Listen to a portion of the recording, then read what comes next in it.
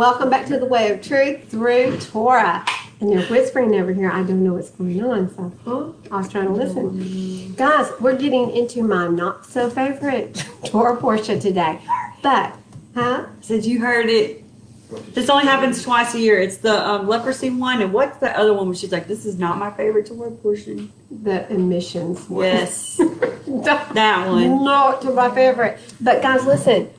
Everything that we go through, the leprosy, the birth, everything that we go through, there's a purpose and a reason for it.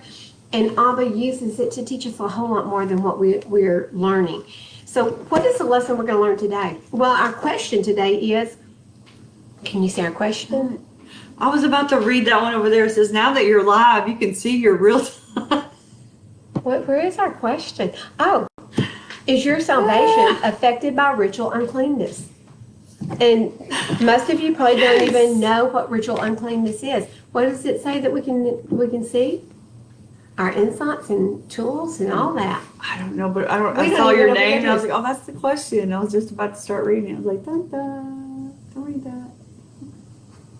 That's not the question. I know. So is your salvation affected? And do you know what clean and unclean are? We're going to hit clean and unclean before we even start in Leviticus 12, verse 1. So the Hebrew words for clean is what? Tahor. Tahor. Very good, Grant. And what's the word for unclean? Tahu. Tamay. Tahu and tahor. No. Tamay and tahor. So unclean and clean. So if you're unclean, you're defiled, ritually unclean.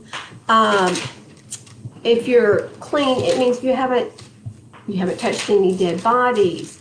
You haven't, what? Well, I mean, that would be anything. Look, You become ritually unclean if you touch even a dead body of an animal. A skunk, yeah, a skunk would make you ritually unclean.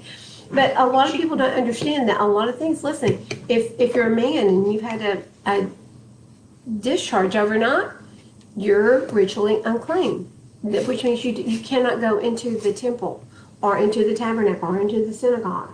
So ritually unclean means for a woman, we have our monthly time. And if the woman is on her monthly time, which is the reason that she can't be a priest. And I know a lot of women out there are like, I want to be a priest, I want to be. No, you can't be because you're a female. So a woman is 2 weeks out of the month, she's ritually unclean. She cannot go into the temple. So there are lots of things that cause ritual uncleanness. The food you eat, does it make you unclean? Yeah. Well, so last week we went over what's food and what's not food. And guys, I think that when we went over that, did we even get into the science behind it? Yes. We did? Yes. Okay, so we told them that the fish was toxic, that the pig causes plaquing of the arteries and makes you moist. And it causes what? Worms? And worms. What? Brain worms. Brain worms, worms, tapeworms. You're wormy. If you're eating pig, you got that little, what is it called? Trichinosis worm. And guys, there's almost no way to kill that. But the point is, if you're eating shrimp and catfish and all this stuff, you're ritually unclean. In fact, what does Leviticus 20:25 say? Somebody read it. Wormy. You're wormy. You're dirty. Is that what you... Dirty. I can't say it like you say it. 2025. And you shall make a distinction between clean beasts and unclean, and between unclean birds and clean. And do not make yourselves abominable by beast or by bird or whatever creeps on the ground, which I have separated from you as unclean. So if you're eating things that are not considered food, which food is found in Leviticus what? 11. If you're eating things that are not food, you're what? You're ritually unclean. Now, let me ask y'all something. If you're ritually unclean, does it mean you're not saved? No. No, it doesn't. But ritually unclean, listen, if you're ritually unclean, if you're an abomination to Abba, does he want to be around you? No. Okay, we're going to go deeper with this, guys, because this is a very deep subject. And ritually unclean will touch a lot of people out there who are sitting on the pews. It's going to touch a lot of preachers. Listen, they have the ham for Easter to celebrate our Savior. I mean, the whole thing is just bizarre. Are you looking at my notes? Right? Quit looking at my notes. You can't read it. We're gonna watch the video later and she just is like this. It's going to be like Grant last week. I'm like, what was he doing? I didn't look at Who's it. reading this? Share it and look at her notes. I'm reading that part. Not down here. That's a surprise. Oh, yeah, and that is. Go ahead and read it. I would just really like to get all those little inserts out of your Bible Yeah, and write them down. Not get them, Bible. but just write them down. Those little flippies she has in there. Tell you all the good stuff on her flippies. Here, because a lot of them are falling out, and I'm having to retape them here. I've got to go through and redo all these. But guys, when we embrace Sabbath, when we embrace the Torah, which is, what is the Torah? Grant, first 5 books of the Bible, everybody's Bible. Guys, you don't have to have a special Bible. It's the first 5 books. It's even the first 5 books of the Message Bible. That is my least favorite Bible. And my second least favorite Bible is the NIV. They have so distorted so much in these. But even in those 2 Bibles, it's still the Torah, the Genesis, Exodus, Leviticus, Numbers, Deuteronomy. Those 5 books make up, who wrote those? Moses. Moses. These are Moshe's, the law of Moshe. So, you're copying my notes. No, I'm just taking notes. Okay, cool. Okay, Maybe. so the Torah, does it bring salvation? No. I mean, keeping it doesn't. But it puts us in a position To receive it. to receive For salvation. Jesus to acknowledge you. Yes, so that he can acknowledge who you are. Without walking out Torah, can we be on the path to the kingdom? I think it is impossible. But does Romans tell us that there are some people who are Torah unto themselves? Yes. So there are some people who are being obedient to Torah, even though they haven't read the first 5 books. They're still Some of those good. people may be in Pakistan. Some of those people may be in Iran or Iraq. We have lots of friends over there in Afghanistan, in Uganda. We do. We've got people over there. We've got friends. Yeah, Yeah. friends. Well, you don't have friends, but I've got friends. No, okay. Who are we talking about? Dilshad? Dilshad. Hi, Dilshad. Hello. Okay. Whoops. Huh? Okay. Let's get into some of the scriptures that we're going to be reading today, because we are going to start off in 12:1. And this is the Torah portion of Tazria, and we're also going into Metzora. And so we're doing 2 Torah portions today, so we're going to go through this quite rapid. I hope so. I'm just kidding. I'm still thinking about food. We hungry. Yeah, we are. Okay. No, I'm ready to get into it. And I'm so, ready. guys, there is a prophetic view on the Metzora, on the leprosy, and we're going to get into that. So this is going to be fun. It's going to be deep. Okay, and Yahweh spoke to Moshe, saying, "Speak to the children of Israel, saying, when a woman has conceived and has given birth to a male child, then she shall be unclean for 7 days, as in the days of her monthly separation. She is unclean. And on the 8th day, the flesh of his foreskin is circumcised." Okay.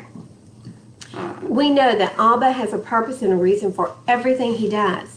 Why would he have the baby circumcised on the 8th day? Something about the blood flow. Vitamin K. Vitamin K is at its peak on the 8th day.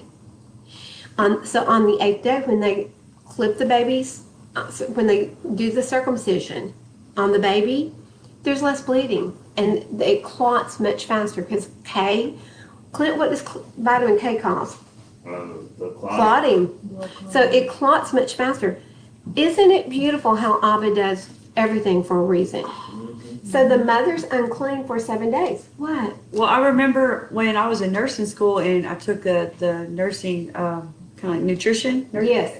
They said that was the only vitamin you could overdose on. Like you could have too much. Because it would Kill you. cause you to clot. And I never put together why. I must have missed that part, but I just, in my mind, that's Wow. always been there, that's the only vitamin that you can get too much of. You can also do too much D. It's real D? hard to, but I did it. It's So- real hard to. I already have a question. Okay. Why is, you're probably gonna get to it. Why is it more separation for a female baby than it is for a male? And we're fixing to hit Okay. that. Yeah, I So figured you were. hang on to that because we're I going got to it right answer here. that. I won't let go. Okay, so the mom remains in the blood of her cleansing 33 days. Isn't that an interesting number? Mm-hmm. What group does 33 appear in? There's a group. Yeah, there's a Masonic group. Messianic. No, it's not 33 degree Messianic. Masons. There's a 33 degree Mason. So the woman is in her days for 33 days. She does not touch whatever is set apart. She does not come into the set apart place until the days of her cleansing are complete. So do you see how her being ritually unclean keeps her from touching anything that's holy? She can't come into the holy place because she is defiled right now. She's not, it's not that she's evil. It's not that she's done anything evil, but she is in her blood state, right? If she gives birth to a female child, then she shall be unclean for 2 weeks. It's twice the length of time for a female as it is a male. As in her monthly separation, and she remains in the blood of her cleansing for 66 days. It's literally doubled up. When the days of her cleansing are completed for a son or for a daughter, she brings to the priest a lamb a year old as an ascending offering and a young pigeon or a turtle dove as a sin offering to the door of the tent of appointment. Okay, so the sin offering is more of a purification offering. Has she done anything sinful in giving birth? Okay, you moms who have given birth, look at me. Yep. Did you Yes. maybe scream and Curse your Yes. momentarily maybe go, I'm never going to sleep in the same bed with you ever again? I mean, it's for the possible oath or vows that you made while you were giving birth, because it was a painful state, right? Yes. Okay, so it's the possibility of maybe you called him a name. I called everyone names. She called Never everyone names. There's no I didn't- choosing there. I honestly didn't know names to call them Yeah. back then, or I would have called them names. I was very innocent, but guys, that is just a purification. Just in the event that you thought something evil, that you spoke something evil, that you spoke a You're vow that should be broken. And he shall bring it before Yahweh and make atonement for her, and she shall be cleansed from the flow of her blood. And this is the Torah for her who has given birth to a male or female. Listen to how merciful Abba is. If she is not able to bring a lamb, then she shall bring 2 turtle doves or 2 young pigeons, one as an ascending offering to draw nearer to Abba. Is a burnt, what is it called? A burn offering. A burnt offering, because it's totally burned. And the other is a sin offering, and the priest shall make atonement for her, and she shall be clean. Now, Valerie, I want you to go ahead and pull up Luke 2, and we're going to go 18 through 24. Okay, why would a little girl cause the woman to be unclean longer? Does anybody have any ideas? It was sin in the beginning. No, but that's a really good way of thinking about that. Because they already know she's gonna come into her day of the month. Sherry, or- you've got it closer, but Seth you may have something like spiritual. There may be a spiritual cause of that with what you said because of the original sin. But what Sherry said is that it's a little girl. It is possible for a little baby to actually have spotting or bleeding Oh. at that young of an age, and it's not uncommon. So it does happen, and because of that, they go ahead and they double the time for a little girl. It's not because she's a bad little girl, but because she's a little girl. So you've got 2 females involved, double the time. Well, plus, I mean, never mind. Double the fine. Sitting really close to me today. Sorry about that, that slipped out. I know. My foot might slip in a minute. Oh. Tripping. Oh, well, here, I'll read Luke 2. You know, go ahead. And all those who heard marveled at what the shepherds said to them. But Miriam kept all these matters, considering them in her heart. And the shepherds returned, boasting and praising Elohim for all they had heard and seen, as it was spoken to them. And when 8 days were completed for him to be circumcised, his name was called Yahusha, the name given by the messenger before he was conceived in the womb. And when the days of her cleansing, according to the Torah of Moshe, were completed, they brought him to Jerusalem to present him to Yahuwah. As it had been written in the Torah of Yahuwah, every male who opens the womb shall be called set apart to Yahuwah, and to give an offering according to what is said in the Torah of Yahuwah, a pair of turtle doves or 2 young pigeons. Keep going because this next part's really cool. And see, there was a man in Jerusalem whose name was Shimon, and this man was righteous and dedicated, looking for the comforting of Israel. And the set-apart spirit was upon him. And it had been revealed to him by the set-apart spirit that he would not see death before he sees the Messiah of Yahuwah. And he came in the spirit into the set-apart place. And as the parents brought in the child, Yahusha, to do for him according to the usual practice of Torah, then he took him up in his arms and blessed Elohim and said, "Now let your servant go in peace, O Master, according to your word. For my eyes have seen your deliverance, which you have prepared before the face of all the earth, a light for the unveiling of the nations and the esteem of your people Israel." And that was the spirit that was upon him. So, guys, our prayer this morning was that Abba would fill us with his spirit, seal us with his spirit. And I want to show you how important that is, because only through his spirit, I'm going to tell you, his spirit is what guides us. And who is his spirit? What does it say in John? I'm not going to leave you as orphans. No. I'm coming back to you. Spirit of truth. This is what Yahushua said. He is that spirit that is within us, that dwells within us. And I'm going to ask you something. Can he dwell inside the temple that is burning unclean food on the altar? No. We've heard the term equally yoked. You want to be equally yoked. If you got 2 cows and you're yoking them, are you going to put a big one with a little one? Are you going to put a cow with a donkey? You're going to equally yoke like animals. When you've got a male and a female to be equally yoked, can you yoke holy with unholy? This is what he's talking about. It's the same thing. Holy cannot have anything to do with unholy. You can yoke them, but I'm going to tell you something. It's going to be trouble from the word go. There will be no peace. There will be no shalom in the house. It'll be constant. It will be a tugging. constant tugging. Lord. Grant, Pulling all the- would you read Ephesians 1, Yes, ma'am. 13 through 14? And Bailey, would you read Ephesians 4:30?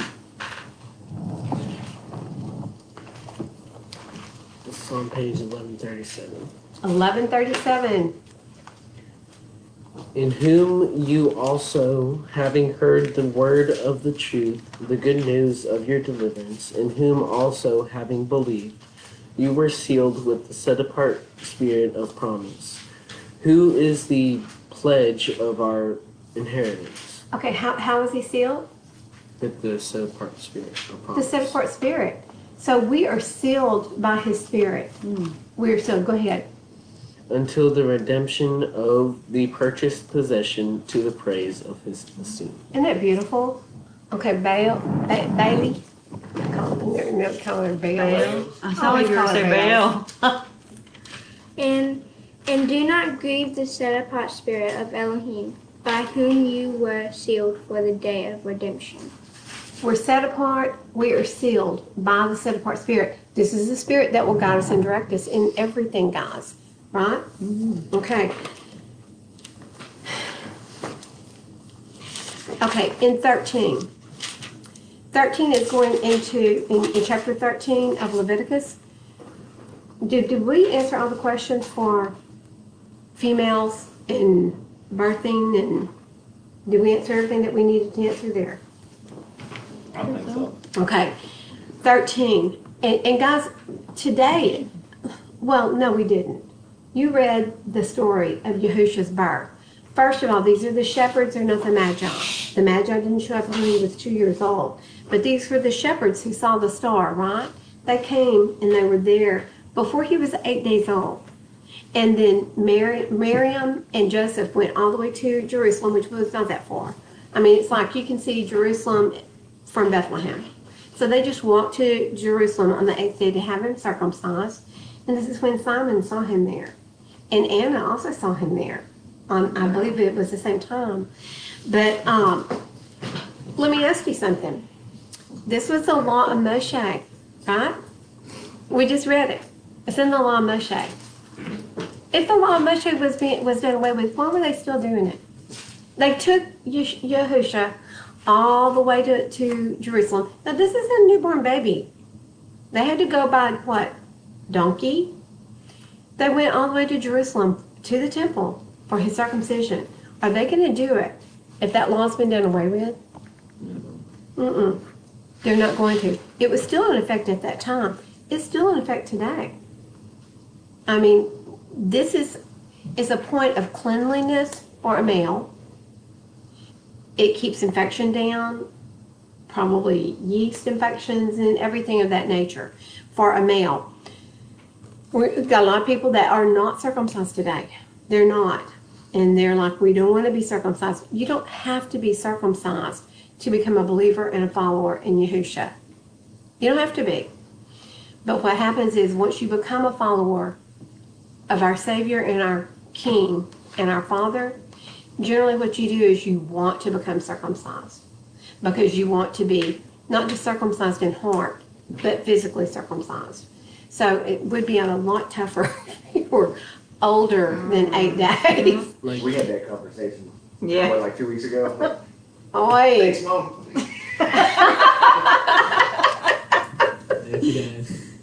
So guys, think about Shechem. Huh? So what? Laverne? Think about Shechem. When Diana was Right. taken by, but his name was Shechem, wasn't it? Yes. Yeah. And his father was the king and he was the prince. She was taken away, but guys, I'm not real sure that she wasn't a little part of that because she got upset with her brothers for what they did. But she was taken away.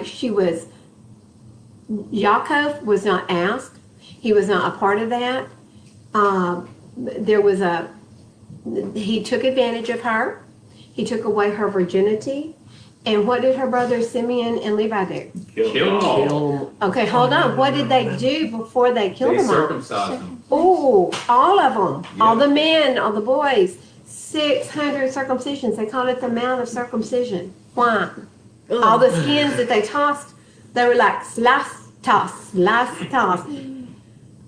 On day what? 2? Was it day 2 or 3? That's cool though. I mean, that was smart. That was tactically smart. Grizzly. I mean, seriously. We got Grizzly Adams do over here. that to these people. You think about how sore they are. They can't Yeah, fight. they're not They can't in move. any kind of position for combat. Woo! Yeah. So, Golly. tactically, if you're going to war, you want to throw a beautiful girl out there that'll entice them, and then you go, hey, y'all can't marry our women unless you're circumcised. And once you're circumcised, we can all become one. You know, one big happy family. We share our animals, our women, and we all become one family. You wait until they're like, oy vey, what did we do that for? And then what do? Come on, Simeon, let's go visit the town of Shechem. Simeon and Levi, by themselves, wiped out that city, okay? No pain reliever. There was no pain reliever. Oh, they got a pain reliever. It was a Called a flint. sword. It was a flint rock that they used. Oh, But they say that you can sharpen that flint, obsidian and stuff, Uh-huh. way sharper than a scalpel. There you go, Grant. Grant's over here. He's got his face in his shirt. Yeah, And so I you think would you may rather be be cut by that than you would a scalpel. So the flint was much better. So don't worry. We'll sharpen our flint knives and hey, we're good, right? Or butter knife, I mean. That makes me wince Rusty and spoon. it wouldn't even affect me. I'm like, whoa. Okay, so guys, we see that this law of circumcision was still in place when Yahusha was Flint, when Yahusha was born. and on the 8th day. So, and there's medical reasons for it because Abba creates everything for a purpose. Now we are getting into the leprosy. The leprosy they had back in that day, in the biblical times, do you think it was the same as the leprosy we have today? The leprosy we have today, and you don't see it very often, but there are leper colonies, I think, that they still have. Does anyone know? I thought you said leprechauns. It did. We have leprechauns in Ireland and here. Now, leper colonies. I mean, if you have leprosy, you would have to be sent outside the camp, away from other people because it's very contagious, right? Right. The leprosy today is Hansen's disease. And when you have Hansen's disease, literally you're itching, you're scratching, you've got scars, and you literally, your flesh becomes so rotted that you can peel off your flesh and you don't even know it.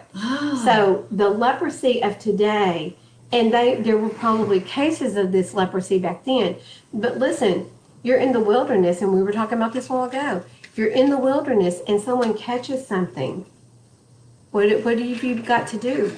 Leave. You got to send them outside the camp. And the priest was responsible for telling them, Quarantine. you got to quarantine them, make sure that this is leprosy. But I want to make a point, and the only way to make that point is going to be to go into 14, I believe. Go.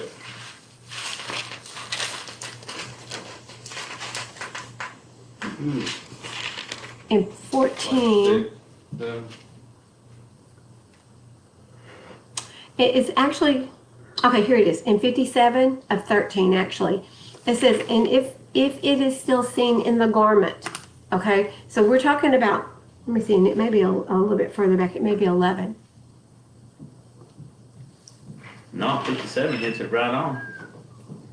If the priest shall look and see that the infection has faded after washing it, then he shall tear it out of the garment, or out of the warp, or out of the weft, or out of the leather. And if it is still seen in the garment, or in the warp, or the weft, or in the leather object, it is for a spreading infection. Burn it with fire, that in which the infection is. And you wash the garment, or the warp, or the weft, or any leather object, if the infection has disappeared from it, then it shall be washed a second time and shall be clean. This is the Torah of the infection. So there is also a Torah for the infection in a house. Guys, this is very much like mold, is what we're talking about here. Can a garment have Hansen's disease? No. No. Can a house have Hansen's disease? No. No. In fact, the way the law was written, if your house has got leprosy, and I think this is a word of convenience that they called it, if the house is infected with leprosy, before the priest would come, they would remove everything they wanted to keep. Do you understand what I'm saying? That was stupid. They carried it with them. But it's not the leprosy we're talking about today. Even if a man and woman were on their honeymoon and leprosy was found in their house, they waited until they got back and got their things out. So go cleanse it, go purify it. If it's still infected, then you got a problem. But they would give them a chance. Instead of wiping out everything they own, they would say, go remove your things from the house. Then we'll come check. If it's got leprosy, it's going to be confined. It will be washed. Part of the walls would be removed, and they would check it out.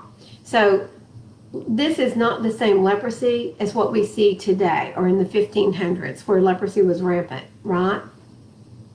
Completely different. Let me see where it's, okay, here we go. Here in verse 36 of 14. We'll start in 34. When you come into the land of Canaan, which I'm giving you as a possession, and I put a plague of leprosy in the house, in the land of your possession, then shall the one who owns the house come, inform the priest, saying, it seems to me that there is some plague in the house. And the priest shall command, and they shall empty the house before the priest goes in to look at the plague, so that all that is in the house is not made unclean. Now, if this were indeed Hansen's disease or leprosy of today, they would not do this. Okay? They would not have emptied the house just to make sure that there's no leprosy in all the goods. They would have gone in, they would have condemned everything, right? This is more of a mold or a plague of some sort of growth is what's growing in here. A house has a spot. You get water in your house and it spots it and causes the wall to start rotting away. This is the plague that he's talking about here. Does that make sense? Because I mean, a garment or linen or a house cannot have Hansen's disease. So I want to make sure that everybody understands there's a big difference in what they're calling leprosy back then and what we're calling leprosy today, though there were lepers. And if there was a true leprous colony, it was a true leprosy. So if there was no healing a leper back then, right? Now Naaman, he was healed. But there wasn't a healing. You weren't going to wash away leprosy. If there was a true leprosy, you were going to live in a leper's colony. Back then especially. And look at what they would have to do. If they had leprosy, Cover the lips and clean say it. Say it out loud. They have to cover their lips so that I'm sorry, I didn't mean to do that to you. you have to cover your lip and say unclean and clean.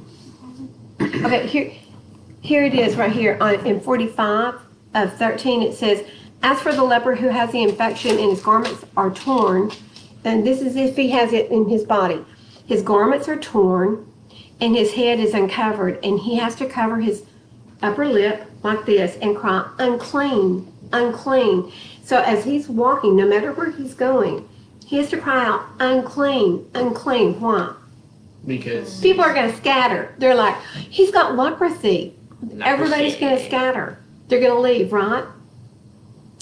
He is unclean. In all the days he has the infection, he is unclean. He is unclean and he dwells alone. His dwelling place is where? Outside. Outside the camp, and when a garment has an infection, then he goes into the garment. So leprosy, guys, the true leprosy, I want you to see some verses here because we're going to see the true leprosy. And the true leprosy is very different from what we're talking about here. This can be cleansed. This can be purified. Go to, I think I've got, is there something moving over here? I'm sorry. It's the wind. I'm okay. I think I'm okay. Okay, go to Numbers 21. No, go to Numbers 12. I know where that one is. It's not 21. I'm seeing backwards. Okay, here's a leprosy. And we're going to see why she got leprosy.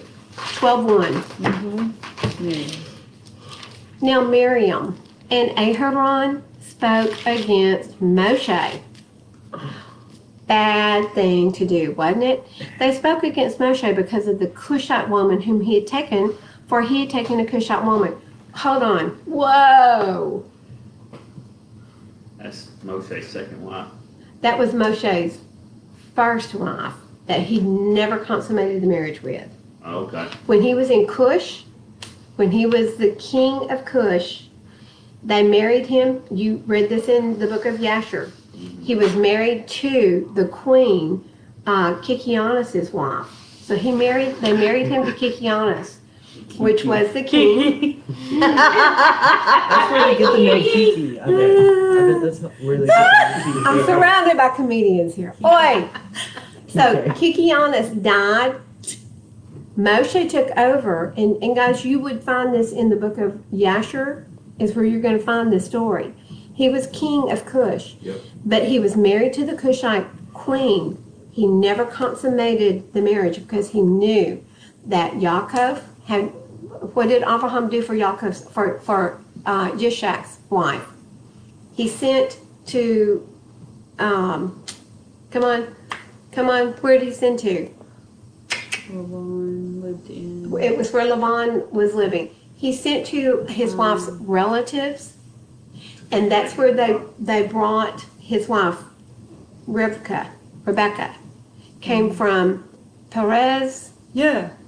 Aran. Aran. That's it, right? Aaron, Something like that. So they came from Perez, Aaron. He knew that he was not allowed to marry anyone from the land of Canaan. No, no, no. You didn't intermarry.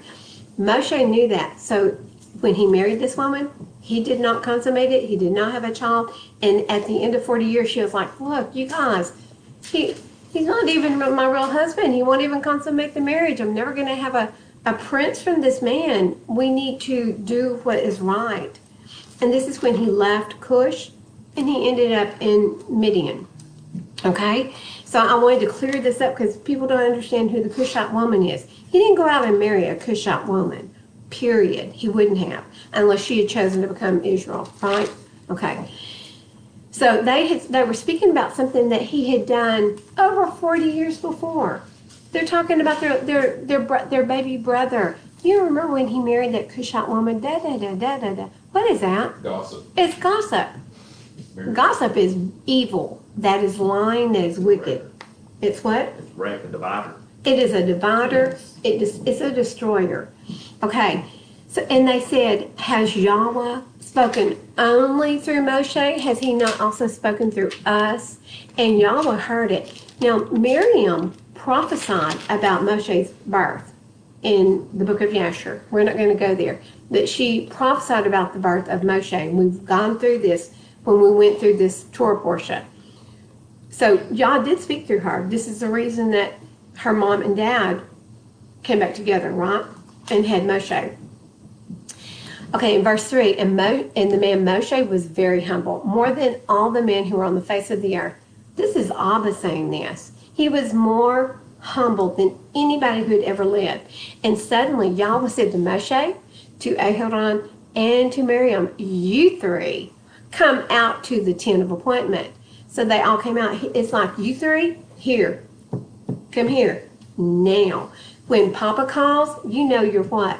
In trouble. Not just trouble, you're in big trouble. This is Papa. This is Abba Yahweh. He's calling you out to the tent of appointment. You're in big trouble. Oh. And Yahweh came down in the column of cloud, and he stood in the door of the tent, and he called Aharon, Miriam, and they both went forward. And he said, hear now my words. If your prophet is of Yahweh, I make myself known to him in a vision, and I speak to him in a dream. Not so with my servant Moshe. He is trustworthy in all my house. I speak with him mouth to mouth. Panei, mouth to mouth. Panei, panei. Pay. Pepe. Pay. And plainly, I don't speak to him in riddles, and he sees the form of Yahweh. So why were you not afraid to speak against my servant Moshe? He's like, I speak to him face to face, mouth to mouth. I'm speaking to him, and you're not afraid to speak against him, and he's my servant? He said, and the displeasure of Yahweh burned against him, and he left, and the cloud turned away from above the tent, and look, somebody's left leprous. Who was it? Miriam. Miriam was leprous, as white as snow. And Aharon turned toward Miriam and looked a leper. I believe this was a true form of leprosy. And Aharon said to Moshe, oh, my master, please do not hold against us the sin in which we have done foolishly in what we have sinned. Please do not let her be as one dead when coming out of the mother's womb, with her flesh half consumed. So this is a leprosy that is consuming the flesh, where literally you see the face eaten away, the flesh off the arms eaten away. I mean, it was an ugly, horrible disease. It's This, like Ebola today. Yeah, but it stunk. Ebola. They stunk. oh yeah, I'm sure that you would smell a leper before you saw them. I think. And Moshe cried out to Yahweh, saying, oh, El, please heal her. And Yahweh said to Moshe, if her father had but spit in her face, would she not be ashamed for 7 days? So guess what he did? Let her be shut out of the camp for 7 days, and after that, she shall be readmitted. Let her learn her lesson. Wow. So the sin of leprosy, guys, the sin of talking and gossiping, it caused leprosy. It's like spitting in your father's face is what it just said. Well, this is if her father had but spit in her face. Oh, in her face. So if the father had spit in her So face, he's like even spitting in her face. yes, but a father would spit in your face if you had shamed the family. If you were out being shameful, the father would spit in your face and you would be outside the camp. Shame on you. Don't disgrace my family. Right? Abba said, don't disgrace my family. Outside the camp with you. Out you go. And so outside the camp, and they didn't move until she was clean. And Aharon had to look at her and make sure she was clean. Okay, go to 2 Kings 7:3.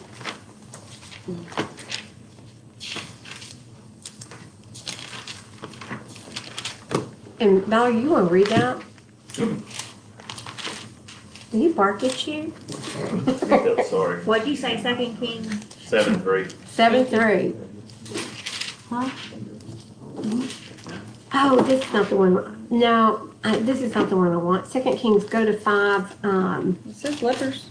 Yeah, this is lepers. Oh, But, okay. but this is not really where I'm wanting to go. These were lepers, but they were feeling guilty because they found it was a camp that had been abandoned.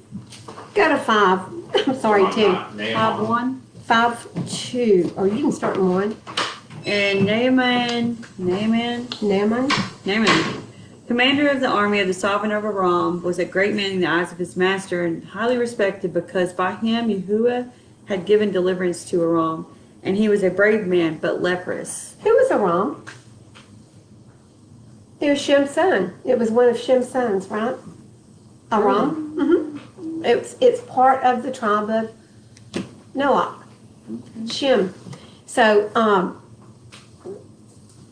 really, Naaman, if he was part of that tribe of Aram, they weren't really calling themselves Israelites, but he was really like a distant cousin. Okay, keep going. And the Armenians had gone out on raids and had brought back captive a young girl from the land of Israel, and she served the wife of Naaman. And she said to her mistress, if only my master were with the prophet who is in Shomron, then he would recover him of his leprosy. And Naaman went in and reported to his master, saying, thus and thus spoke the girl who was from the land of Israel. And the sovereign of Aram said, go enter and let me send a letter to the sovereign of Israel. And he went and took with him 10 talents of silver and 6,000 pieces of gold and 10 changes of garments. And he brought the letter to the sovereign of Israel, which said, and now, when this letter comes to you, see, I have sent Naaman, my son, to you, so that you shall recover my servant, to you, so that you shall recover him of his leprosy. And it came to be when the sovereign of Israel read the letter that he tore his garments and said, am I Elohim to kill and keep alive? That this man sends a man to me to recover him of his leprosy? For consider now and see how he is seeking an occasion with me. And it came to be when Elisha, the man of Elohim, heard that the sovereign of Israel had torn his garment, that he sent to the sovereign, saying, why have you torn your garments? Please let him come to me, so that he knows that there is a prophet in Israel. And Naaman came with his horses and chariot, and he stood at the entrance of the house of Elisha. And Elisha sent a messenger to him, saying, go, and you shall wash 7 times in the Jordan, that your flesh might be restored to you and be clean.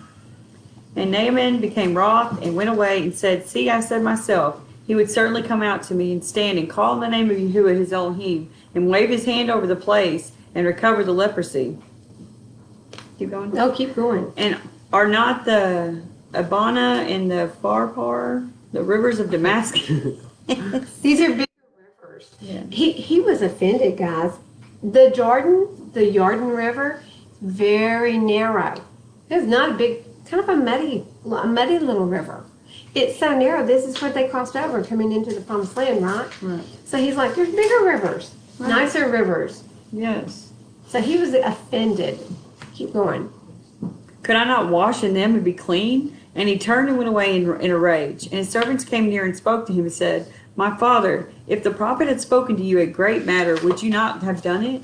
How much more then, when he says to you, wash and be clean? Then he went down and dipped 7 times in the Jordan, according to the word of the man of Elohim, and his flesh was restored like the flesh of a child, and he was clean. And he returned to the man of Elohim, he and all his company, and came and stood before him and said, see, now I know that there is no Elohim in all See now, I know that there is no Elohim in all the earth except in Israel. And now, please take a gift from your servant. But he said, as Yahuwah lives, before whom I stand, I do not accept it. And he pressed on him to accept it, but he refused. Keep going. Then Naaman said, if not, please let your servant be given 2 mule loads of earth, for no longer is your servant going to make an ascending offering and slaughtering to other mighty ones, but to Yahuwah. Yahuwah grant forgiveness to your servant in this matter. When my master goes into the house of Ramon to worship there, and he leans on my hand, and I bow down in the house of Ramon, when I bow down in the house of Ramon, Yahuwah, please grant forgiveness to your servant in this matter. And he said to him, go in peace, and he went from him some distance. Now keep going. And Gehazi, the servant of Elisha, the man of Elohim, said, look, my master has spared Naaman this Aramean, while not receiving from his hands what he bought. But as Yahuwah lives, I shall run after him and take whatever from him. Uh-oh. And Gehazi pursued Naaman, and when Naaman saw him running after him, he came down from his chariot to meet him and said, is there peace? And he said, peace. My master has sent me, saying, look, even now 2 young men of the sons of the prophets have come to me from the mountains of Ephraim. Please give them a talent of silver and 2 changes of garments. And Naaman said, please accept 2 talents. And he urged him, and bound 2 talents of silver in 2 bags with 2 changes of garments, and handed them to 2 of his servants. And they bare them ahead of him. And when he came to the high place, he took from their hand and stored them away in the house, and let men go, and they went. And he went in and stood before his master. And Elisha said to him, where did you go, Gehazi? And he said, your servant did not go anywhere. But he said to him, did not my heart go with you when the man turned back from his chariot to meet you? Mm-hmm. Is it time to accept silver, or to accept garments and olive trees and vineyards and sheep and cattle and male and female servants? So let the leprosy of Naaman cling to you and your descendants forever. And he went out from him as a leper's snow.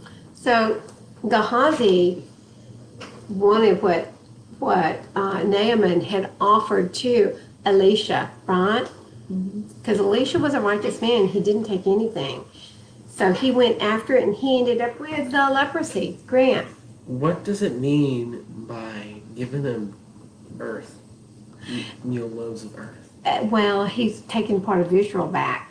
He's like, I'm taking some of Israel back with me. So that when he kneels, he's going to be kneeling on Israel ground. Oh, wow. That's cool. Mm-hmm. I'll get some Israel ground. I've got some in my car. The that sand that you have. The little bitty sand thing. No, it's not a whole lot. You couldn't kneel on it. You could probably sprinkle it on your head. Okay, so guys, listen. The leprosy. Let's go into Luke and go to 17:11.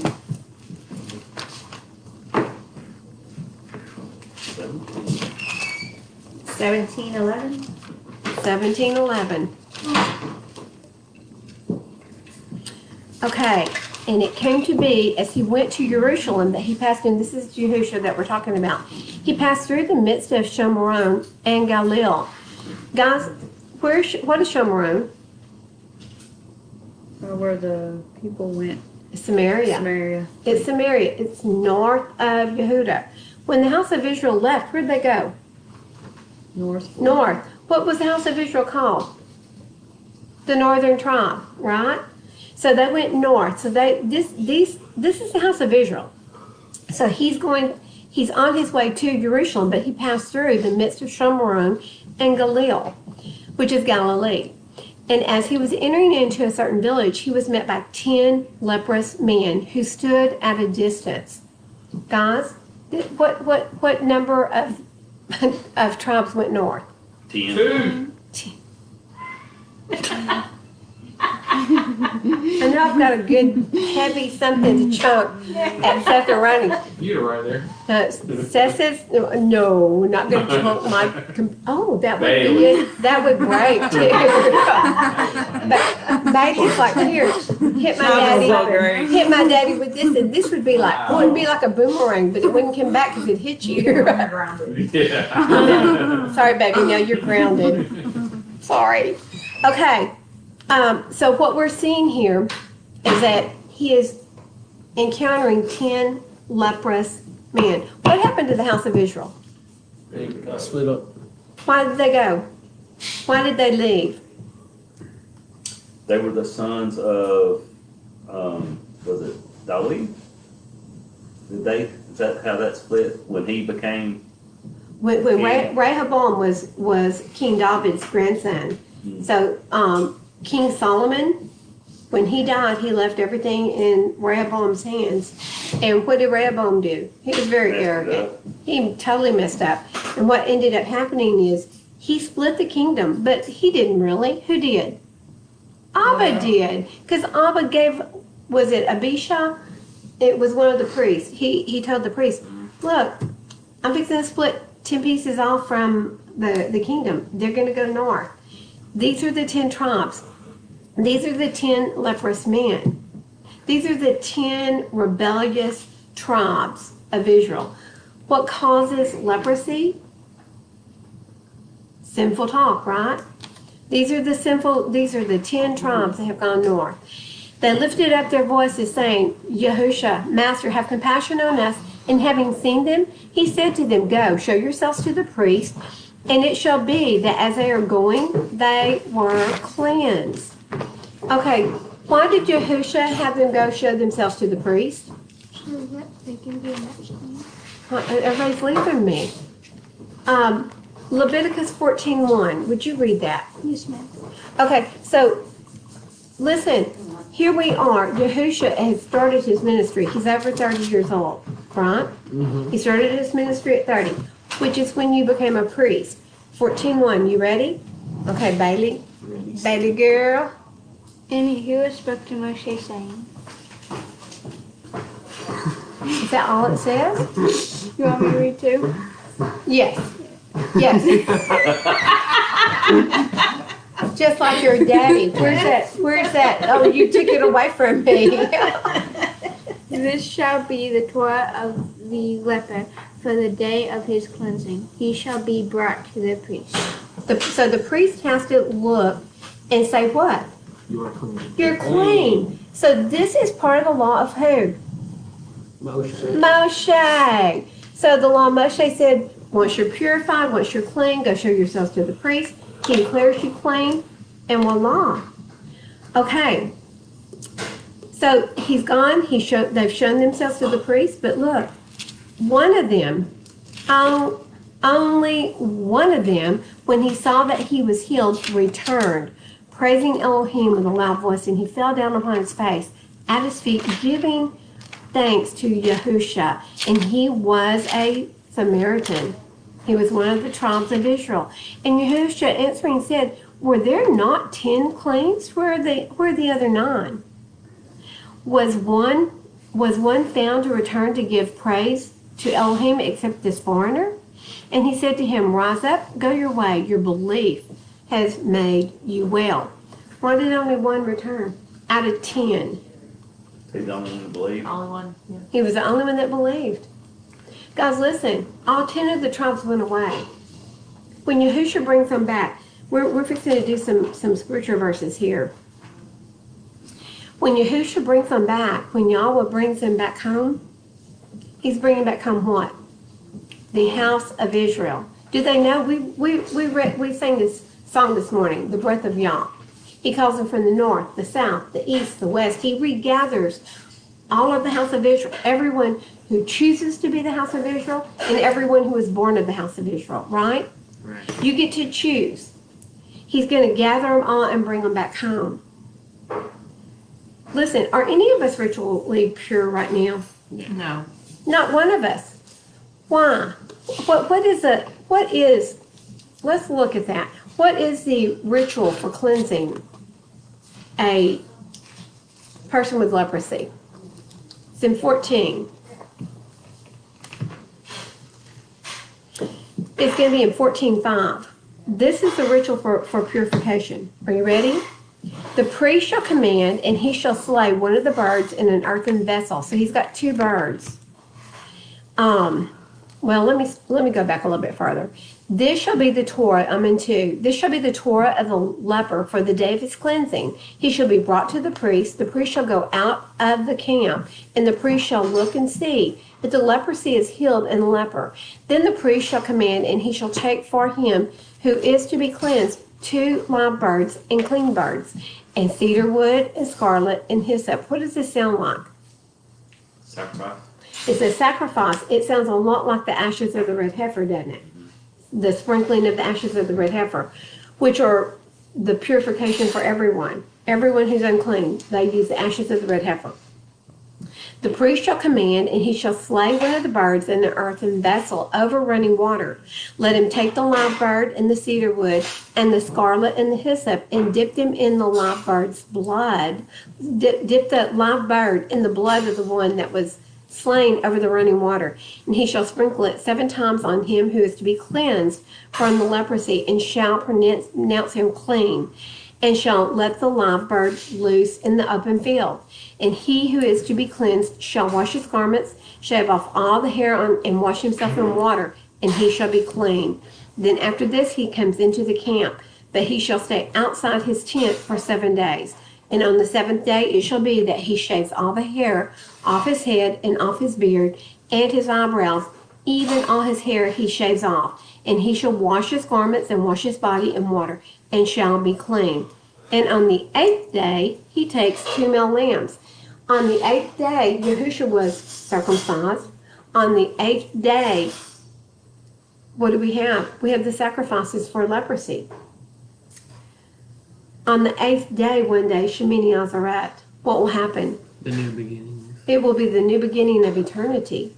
One day on the 8th day, that 8th day is going to go into eternity for all of us. Okay, so we see what the ritual is to cleanse the leper. Guys, we're all ritually unclean right now, every one of us, because we have not been purified with the ashes of the red heifer. No one's clean until they're purified with the ashes of the red heifer, are they? Okay, go to Ezekiel. We're going to go to Ezekiel 37. I think. Huh? Ooh, that may not be the one we're going to then. 37. No, I'm lying to you. It's going to be 36. But we're going to read that one too. 36 verse 17. Guys, everything in scriptures is tied together. And Clint, remind me, I want to show you the rainbow where all the verses are tied to the front and to the back, and it just makes this beautiful rainbow of colors because everything's interconnected. So here in 17 Ezekiel, what do we find? The 10 tribes that went north, that Yahusha divorced, he's going to bring them back home. But listen to this. Son of man, when the house of Israel dwelt in their own land, they defiled it by their own ways and their deeds. And to me, their way was like the uncleanness of a woman in her monthly period. So we're going back to uncleanness. They are tamei. They're unclean. So they were unclean. And so he said, I poured out my wrath on them for the blood they had shed on the land and for their idols that they defiled it. And I scattered them among the nations, and they were dispersed throughout the lands. I have judged them according to their ways and their deeds. And when they come to the nations whereby they went, when they came to the nations whereby they went, they profaned my set apart name, for it was said of them, these are the people of Yahweh, and yet they have gone out of his land. What did people see when they saw these Israelites? What were the Israelites doing? Come on, guys. They were worshiping idols. Disobedient. They were being disobedient. They were drinking the blood. They were eating things that were not food. They were doing everything that Abba Yah said, don't do that. You're to be set apart. You're to be holy and set apart unto me. I'm holy. You're to be holy. We're to walk as our Savior walked, right? Abba tells us, I'm holy. You're to be holy. Yahusha says, I'm holy, you're to be holy, you're to be set apart. Paul says, walk like me because I'm walking like him. Guys, we have to be set apart. Okay, in verse 21, But I had compassion on my set apart name, not on them. He's got compassion on his own name. On my set apart name, which the house of Israel had profaned among the nations wherever they went. Therefore, said to the house of Israel, thus said the Master Yahweh, I do not do this for your sake, O house of Israel, but for my set apart name's sake, which you have profaned among the nations wherever you went. But no, guys, Abba made a covenant, didn't he? He made a covenant with all 13 tribes of Israel, right? In 23, he says, and I shall set apart my great name, which has been profaned among the nations, which you have profaned in their midst, and the nations shall know that I am Yahweh, declares the Master Yahweh, when I'm set apart in you before their eyes. So he's telling them, you're going to set me apart. You're going to praise me. You're going to honor the covenant that you made with me in Exodus 19. Where was that? Mount Sinai. What did he say? Everything I tell you to do, you're going to do and obey. And what did we say? We'll do it. We all said it, didn't we? We'll do it. He said, will you marry me? Will you be my bride? And we said, yes, we will. We said, I do. He said, and I shall take you from among the nations, and I shall gather you out of the lands, and I shall bring you into your own land. And I shall sprinkle, here's what I want you to see. Once he's bringing back the house of Israel, he says, I shall sprinkle clean water on you, and you shall be clean. From all your filthiness and from all your idols, I cleanse you. Before we can go into the kingdom, before we can go back home, guys, we've got to have all of our filth, all of our uncleanness done away with. And this is where he does it. And I shall give you a new heart. I shall put a new spirit within you. And I shall take the heart of stone out of your flesh, and I shall give you a heart of flesh. And I shall put my spirit within you. And I shall cause you to walk in my laws. What did we read earlier? His spirit seals us, and it's what allows us to walk out his commands, right?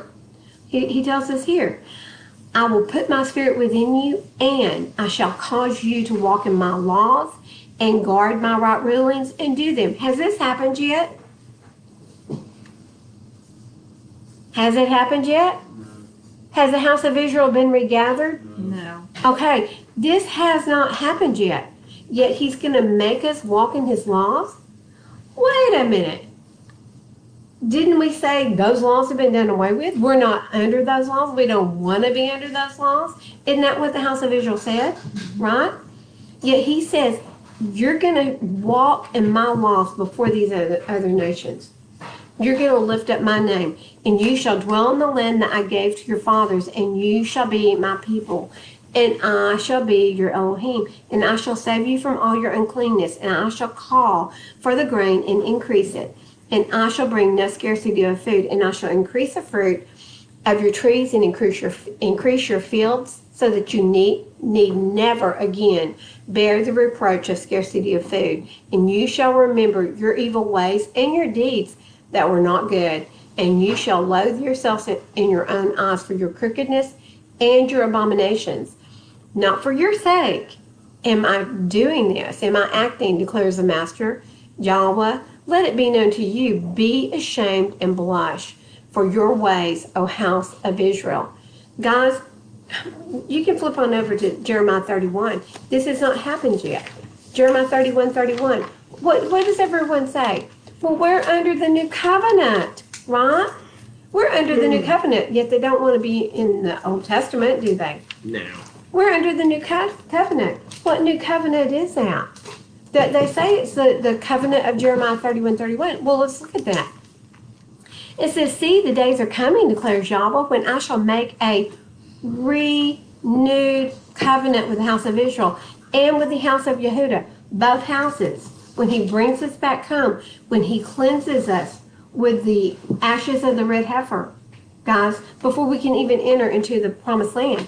He says, not like the covenant I made with their fathers in the day when I strengthened their hand to bring them out of the land of Mitzrayim, my covenant which they broke, though I was a husband to them. For this is the covenant I shall make with the house of Israel. After those days, declares Yahweh, I shall put my Torah in their inward parts. I shall write it on their hearts, and I shall be their Elohim, and they shall be my people. No longer shall they teach each other, one his neighbor, and each one his brother, saying, know Yahweh, and they shall all know me. From the least of them to the greatest of them, declares Yahweh, for I shall forgive their crookedness and remember their sins no more. Has this happened? Has this happened, guys? No. It hasn't happened, but wait. Haven't we done away with the front of the book? Because we're only in the back of the book? Guys, most of the Christians have done away with the front of the book, and they're only in the back. I want us to go to Revelation 21. Guys, this is so important. We were run off. Why? Because of our disobedience. But there is a great awakening going on, and you are a part of this great awakening. The great awakening to the fact that we are the house of Israel, and that Abba Yah does have a group of commands that he wants us to honor and wants us to be obedient to. Listen, if we're obedient to our parents, are we not supposed to be even more so obedient to our Father that created us? This is important because a lot of people don't have parents that they respect enough to be obedient to today, right? Right. We have got to learn to be obedient to our parents, to honor them, to love them regardless, and honor our Father. In 21, who wants to read? Shay, would you come up here and read for me? In Revelation 21. I think this is his first time ever sitting there. I drag him up to the house, to the chair, and then he was ripping on and tearing everything apart. Okay, Shay, 21 of Revelation. Guys, I want you to listen to this. This is the very end of the book, okay? So this is important. It is so important. If you're out there, if you've been sitting on a pew, if you think that the law of Yah has been done away with, I want you to think twice, and I want you to understand that everything about the leprosy in this Torah portion is all about the house of Israel. Okay? Do it. And I saw a renewed heaven and a renewed earth, for the former heaven and the former earth had passed away, and the sea is no more. And I, Yohanan, saw the set-apart city renewed in Jerusalem, coming down out of the heaven from Elohim, prepared as a bride adorned for her husband. Isn't it beautiful? Okay, keep going. And I heard a loud voice from the heaven saying, see, the booth of Elohim is with men, and he shall dwell with them, and they shall be his people. And Elohim himself shall be with them, and be their Elohim. Okay, did y'all hear the words that Yochanan is saying here? He said, see, the booth of Elohim is with man. I'm going to tell you something. Since Adam and Eve sinned and he had to escort them out of the garden, his booth has not been with man. It says, he shall dwell with them and they shall be his people.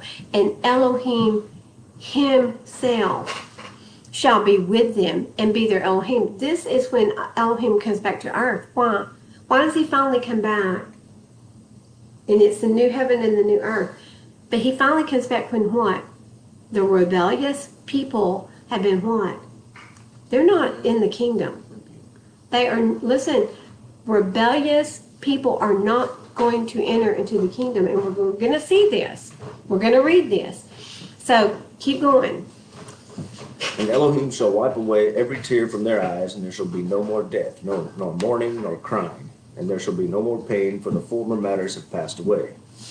And he who was sitting on the throne said, see, I make all matters new. And he said to me, write, for these words are true and trustworthy. And he said to me, it is done. I am the Aleph and the Tav, the beginning and the end. To the one who thirsts, I shall give of the fountain of the water of life without payment. Did Yahusha say it is done when he was hanging on the cross? That portion of what he came for was done. He came the first time as what? Come on, guys. Ben Joseph. Ben Joseph, the suffering servant. That's how he came the first time.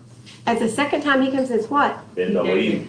Ben David, the conquering king. Jerusalem, the Jews are looking for two different messiahs to come. It's one and the same. It is the same Messiah. It is Yahusha. Because he tells us here, it's done. It is now done. I am the Aleph and the Tav, the beginning and the end. And the Aleph and the Tav, it's not the Alpha and the Omega. We're not talking about a Greek Messiah, are we? No. What was he? He was Hebrew from the tribe of Yehuda. He was from the exact same tribe as King David. Dawid, King Dawid. He was the exact same tribe, so he was a Jew. They called them Jews in the first century, right? Okay, keep going. The one who overcomes shall inherit all this, and I shall be his Elohim, and he shall be my son. But as for the cowardly and untrustworthy and abominable and murderers, and those who whore, and drug sorcerers and idolaters, and all the false, their part is in the lake which burns with fire and sulfur, which is the second death. Ooh, okay, so, wow. Guys, are y'all hearing who's going into the lake of fire? Okay, the one who overcomes what? Death. What? Death. The one who the one who's able to overcome the enemy on this earth. What does the enemy tell us? Eat that pig. He said, eat that pig. The enemy says, oh, doesn't that pig look tasty? Look at that bacon sizzling. You can wrap your ham in it. But what else does the enemy say? Oh, it's not going to hurt to look at that woman. It's not that law's been done away with. Well, let's just look really quick. I'm going to put you on hold. Don't go anywhere. Look at John. No, look at Matthew 5.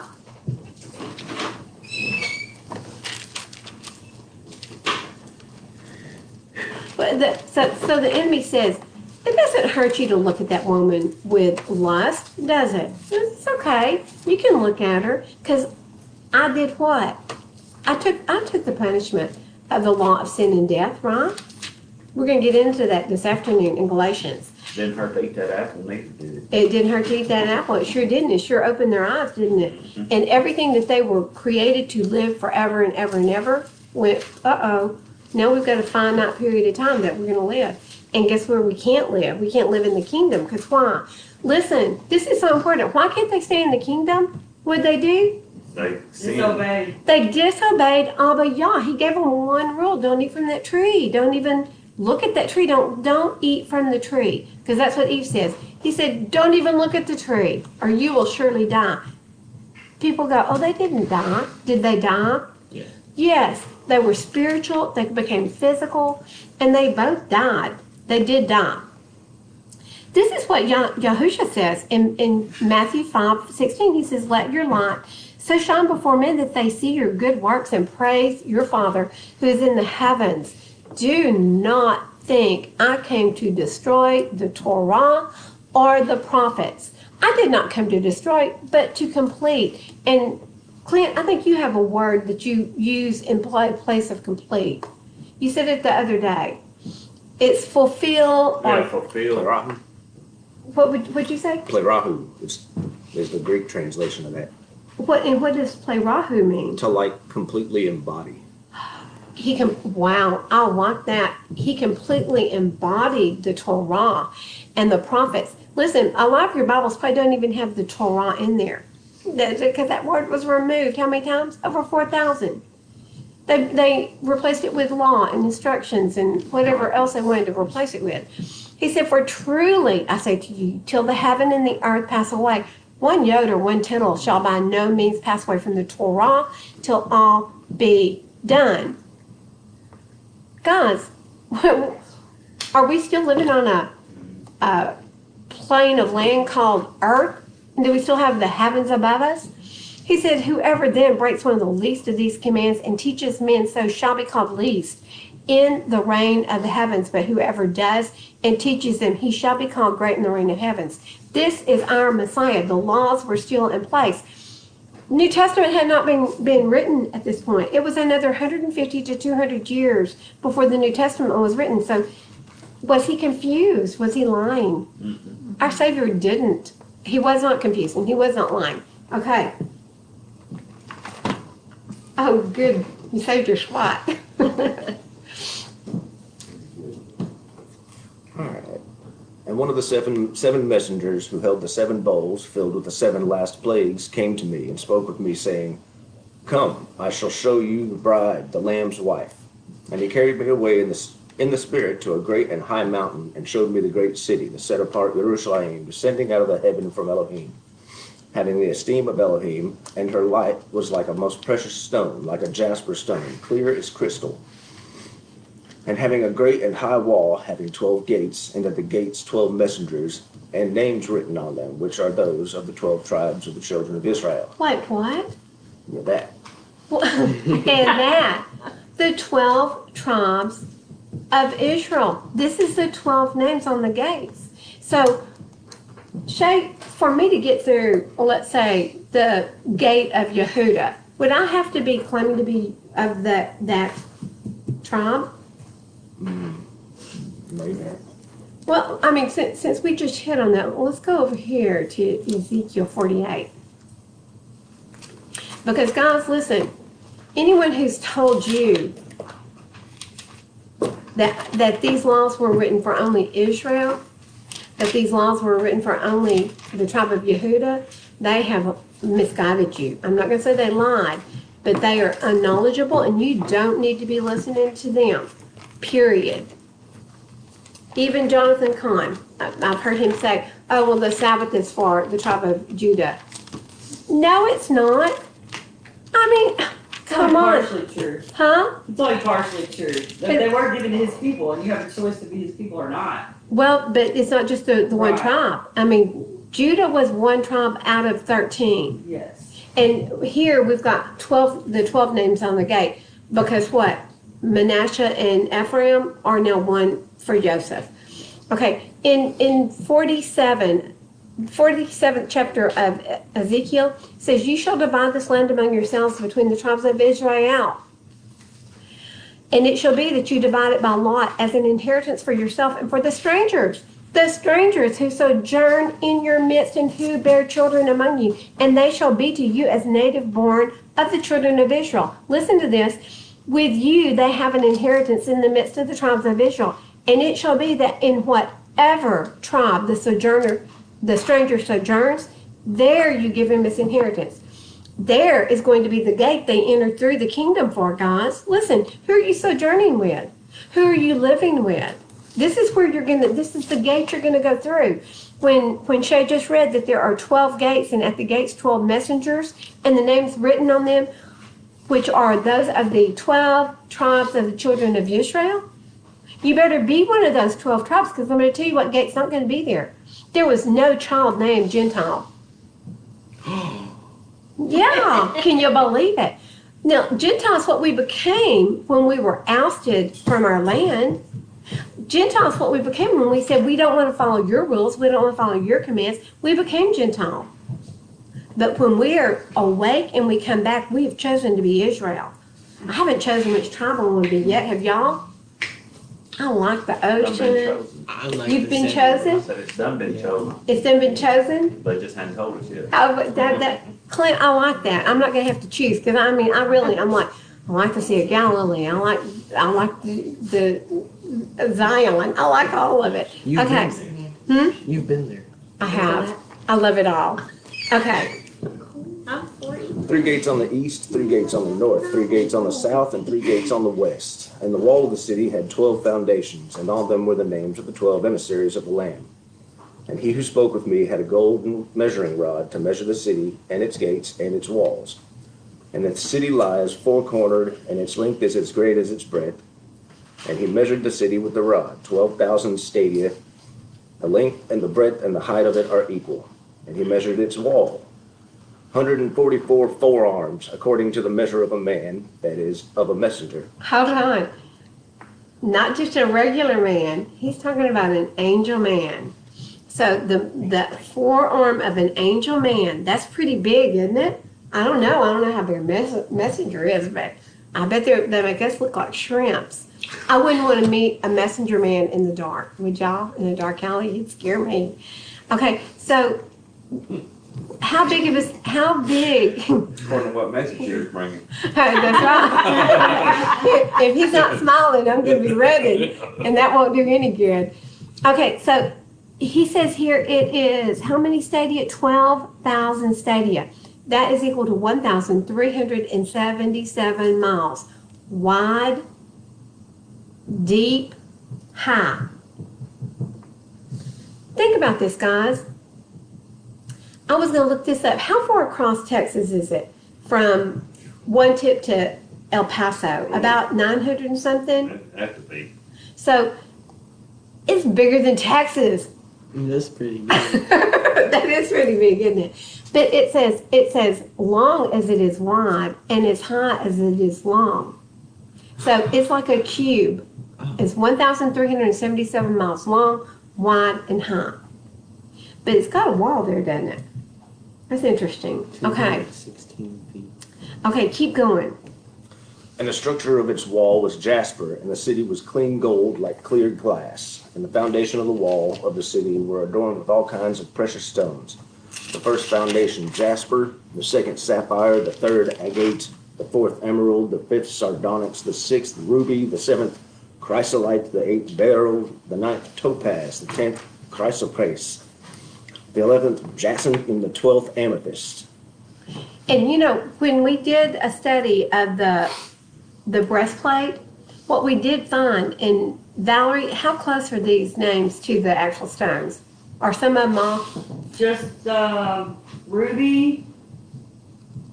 I think just ruby. Yeah, just the ruby. So, it's sardius. so these are, what are they called? No, I'm going to say it wrong. Anisotropic and isotropic. I always mix them up.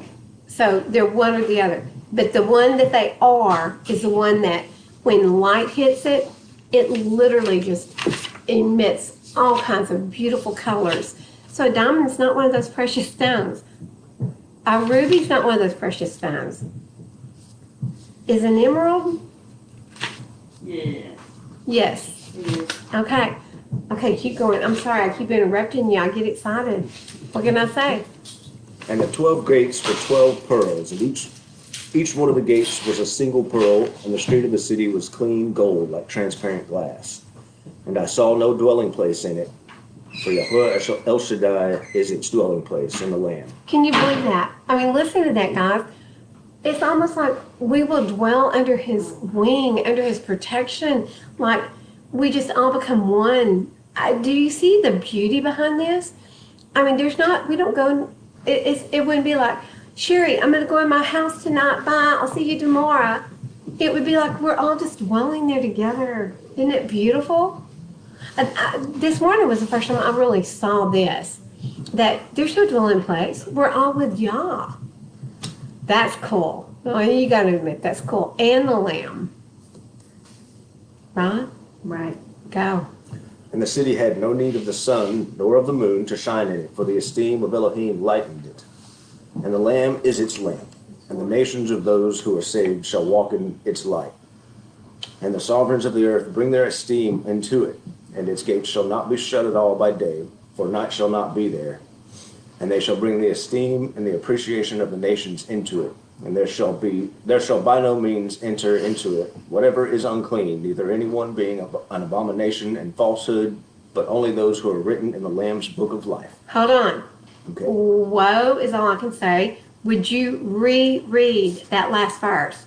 And there shall by no means enter into it whatever is unclean, neither anyone doing abomination and falsehood, but only those who are written in the Lamb's book of life. To be written in the Lamb's book of life. First of all, nothing unclean is going to enter there. What makes you unclean?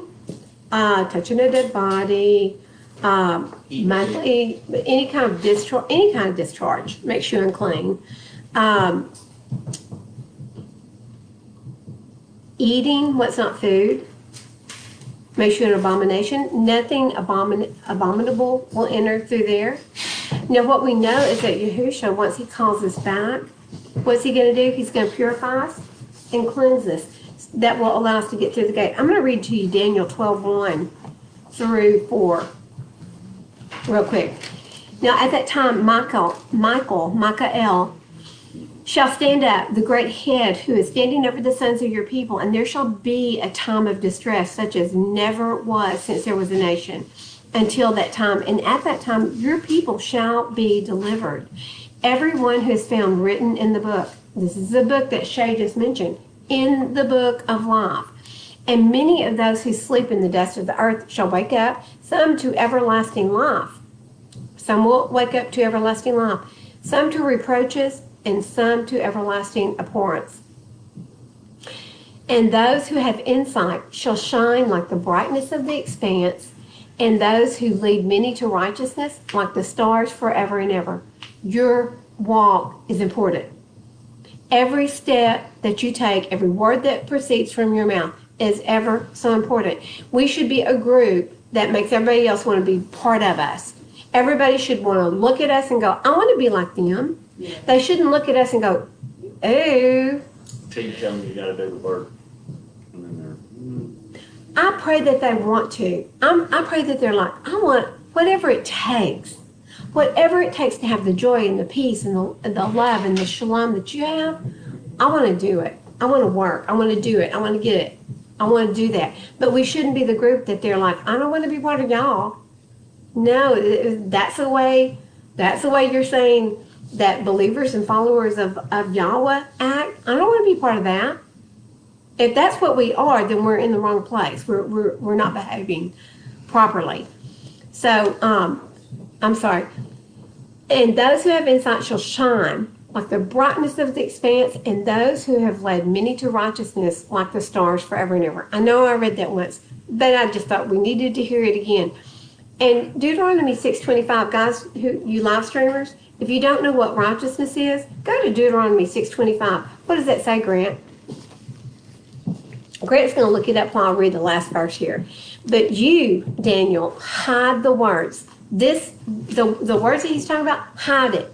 Seal the book until the time of the end. Many shall diligently search, and knowledge shall increase. Guys, y'all are searchers. You're diggers. I went to one of y'all's Bible studies this last week. I loved it. 2 weeks ago. Y'all search, you dig, drove me crazy. I had to leave. No, I'm kidding. It was a lot of fun. Okay, what does it say? And it is righteousness for us when we guard to do all this command before Yahuwah our Elohim as he commanded us. To guard and do all of his what? Commands. Boy, where are they? In the first 5 books. They're in the first 5 books. They're in Exodus, and they're repeated in Deuteronomy 5. You want to know what his commands are?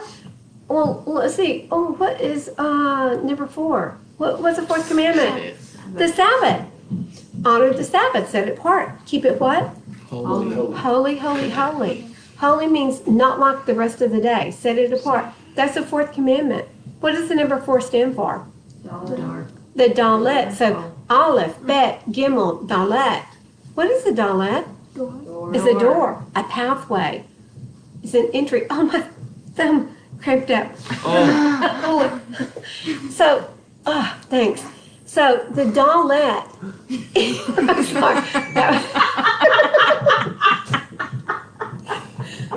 We got to keep going. The Dalet is a doorway. Can you move your phone? Yes, it just froze up there. The Dalet is a doorway into the kingdom. Shabbat is a doorway into the kingdom. Who's the door? Yahusha is the door. You want into the kingdom? You better be honoring Shabbat because he is a Shabbat. He is that door into the kingdom. Okay. I want to read this before I let you finish. In 12:10 it says, in 9 it says, go Daniel, for the words are hidden and sealed until the time of the end. We're living in what? The end. The end of the times, right?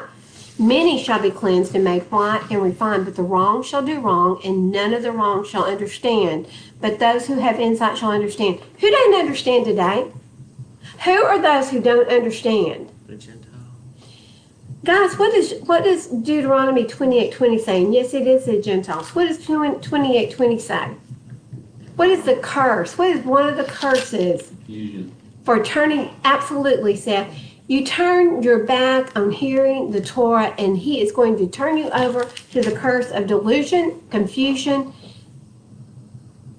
What does it say, Grant? Yahuwah sends on you the curse, the confusion, and the rebuke, and all that you set your hand to do, until you are destroyed and until you perish quickly because of the evil of your doings by which you have forsaken me.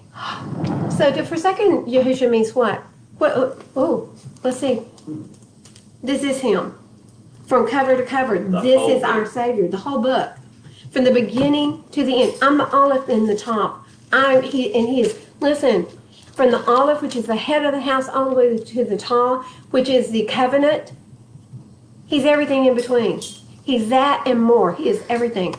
So it says, and from the time that which is continual is taken away, and the abomination that lays waste 1,000, and he's going on into the rest of eternity. Okay, are you ready to keep going? Yep. Okay, I gotta get back there. Go ahead. And he showed me a river of water of life, clear as crystal, coming from the throne of Elohim and of the Lamb. In the middle of its street, and on either side of the river, was the tree of life, which bore 12 fruits, each tree yielding its fruit every month. And the leaves of the tree were for the healing of the nations. And no longer shall there be any curse, and the throne of Elohim and of the Lamb shall be in it, and his servants shall serve him. And they shall see his face, and his name shall be upon their foreheads. Hey, there's our sign. We got his name on our foreheads. Where do we get that? Where do we get part of the sign? From the Found Sabbath. from the Sabbath. He tells us, he said the Sabbath is a sign between me and my children. So, let's see. Yeah, I And think also his commands. his commands are a Deuteronomy sign. 6. And It should be a Pesach. frontlets between your eyes. And Pesach is a sign. It's all signed, seal, mark. Ooh, ooh, ooh. That, what? You have tape? In my hair? No tape. I thought it was lying there too. I'm like, oh no, do I have tape in my hair? I'm sure I do. There you go. Okay, keep going. Oh, okay. And night shall be no more, and they shall have no need of a lamp or the light of the sun, because Yahweh Elohim shall give them light. They shall reign forever and ever. Amen. And he said to me, these words are trustworthy and true. And Yahweh Elohim of the set-apart prophets has sent his messenger to show his servant what has to take place with speed. See, I am coming speedily. Blessed is he who guards the words of the prophecy of this book. And I, Yohanan, saw and heard these matters. And when I heard and saw, I fell down to worship before the feet of the messenger who showed me these matters. And he said to me, see, do not. For I am your fellow servant, and of your brothers, the prophets, and of those who are guarding the words of this book, worship Elohim. And he said to me, do not seal the words of the prophecy of this book, because the time is near. He who does wrong, let him do more wrong. He who is filthy, let him be more filthy. He who is righteous, let him be more righteous. He who is set apart, let him be more set apart. And see, I am coming speedily, and my reward is with me, to give to each according to his work. Whoa, what, His work. what did you just say? That His one word belief. that everybody loves. Work? So, what did you say? It is belief. Yeah, according to his belief. But listen, if you believe, you're going to what? Do. If you believe he is our Messiah, you're going to do what he's telling you to do. He said, I'm coming speedily. My reward. Who doesn't want rewards? My reward is with me to give to each according to his what? Work. So, Clint, we were talking earlier about the levels. There is levels. What does Shaul Paul tell us? I run this race as if to lose. I want to lose the race. I don't want a reward. What does he say? I run this race as if to what? Win. Win. That's it. Keep going. I am the Aleph and the Tav, the beginning and the end, the first and the last. Blessed are those doing his commands, so that the authority shall be theirs under the tree of life, and to enter through the gates into the city. What did you just say? What did you just say? You got to do the things. You gotta do that. You gotta do those things. Why? Why do we gotta do those things? How are we gonna get through the gates of the city? By doing those Doing things. things. Doing things. Blessed are those doing his things, his commands, so that the authorities shall be theirs into the tree of life. First of all, you get to eat from the tree of life. 12 different fruits for every season. How cool is that? But here's the big one. You get to enter through the gates into the city. Without doing his commands, you don't get in there. Guys, look back at verse 27 of 21. There shall by no means enter into it, and he's talking about the city, the kingdom, whatever is unclean, neither anyone doing abomination and falsehood, but only those who are written in the Lamb's book. But look back at 25. Okay, so nothing's coming through there unless it's clean. Its gates shall not be shut at all by day, for there shall not be, for night shall not be there. The gates are never shut. They are never, ever shut. But there's somebody outside that can't enter. They're unclean, and they're doing abominations and falsehood. So what's outside the gate, Shay? But outside are the dogs, and those who enchant with drugs, and those who whore, and the murderers, and the idolaters, and all who love and do falsehood. Okay, let me ask you something. Okay. If you call on my name, you will be saved. Could that mean that maybe, if that's all you're doing, if you know he's a savior, and if you're calling on his name to be saved, do you think maybe these might be some of these people, and they're in outer darkness forever? Mm-hmm. I mean, somebody's out there. Intent, I suppose. That, I mean, what does John, 1 John say? 1 John 2:2. 1 John, where is that you'll guard my commands.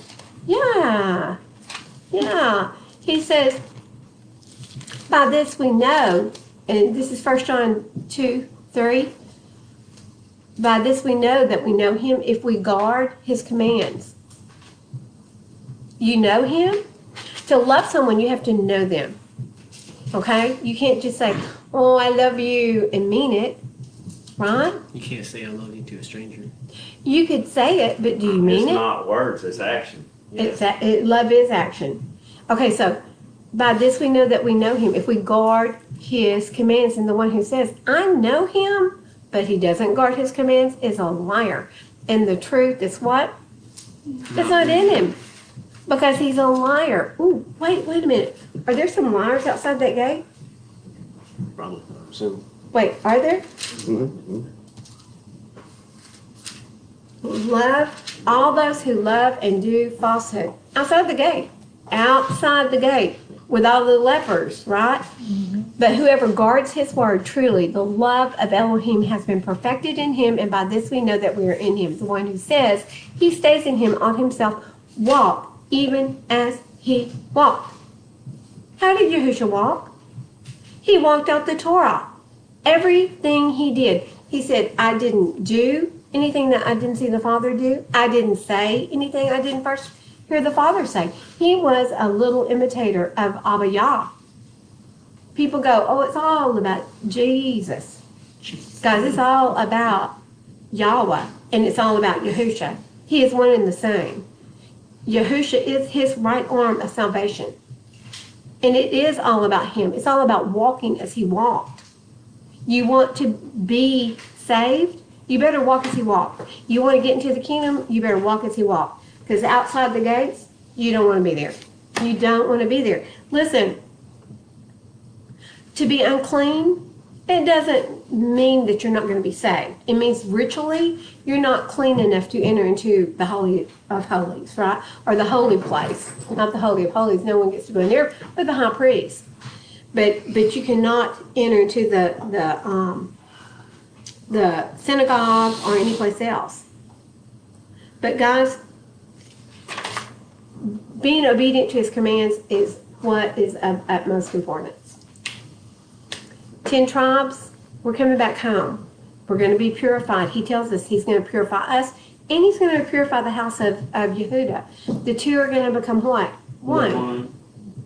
We're all coming back home. Those lepers are us. We were those lepers, those 10 Gentile nations that were cast away to the four corners of the world. He's bringing us back home.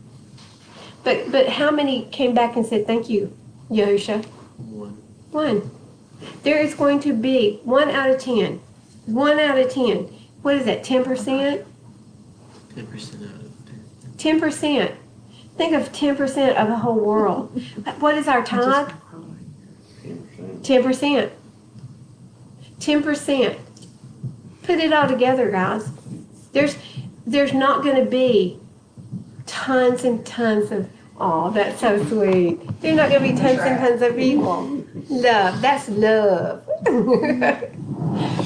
So, does anybody have questions? Hey, y'all made us start late. Does anybody have any questions? Were there any questions anywhere on the live stream? They're not going to tell me if they're working. I can smell the food too. My stomach is growling. Yes.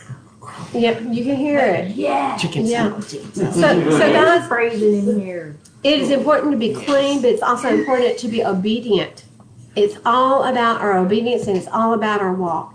We love you. We praise Abba for y'all. And who wants to say blessings? I'll be out. Thank you for today. Thank you for watching over, Father. Thank you for the Shabbat that we learned about the leprosy and being ritually clean, Father, to enter into your kingdom, Father. Help us walk your ways and in your wills, Father. And if we say anything wrong throughout this week, Father, just be quick to convict us where we fall short, Father, and to knock us back on track. We love you and we thank you and we bless your holy name. In the precious name of your Son, Yahushua, I pray this. Amen. Amen. And so guys, the reason that we do live stream is for what? We don't want to be, look, who wants to be the only little bitty only 10 of us. There's really 10 of us. There's just 10 of us. We're a remnant. We are a very tiny remnant. We don't want to be the only ones in this city. Our prayer is that this city will wake up, that this city will be on fire for Yah, for our Father, and for His Son. This is our prayer, is that it just gets lit on fire for the Word, for the fullness of the Word. Everybody's going to sleep on me. So this is why we live stream. Our prayer and our constant prayer is for you to be awake, for your ears to be open and your eyes to be open. So we love you. We're going to hit Galatians 4, 5, and 6 this evening. Come join us as we unravel a lot of the misunderstood Paul. I love Paul. I really do. I love his writings. But they have twisted his letters into something that is a lie. So, Shabbat. Shalom. That's peace. All right. Shalom alaikum. What time did you get up? Let's go.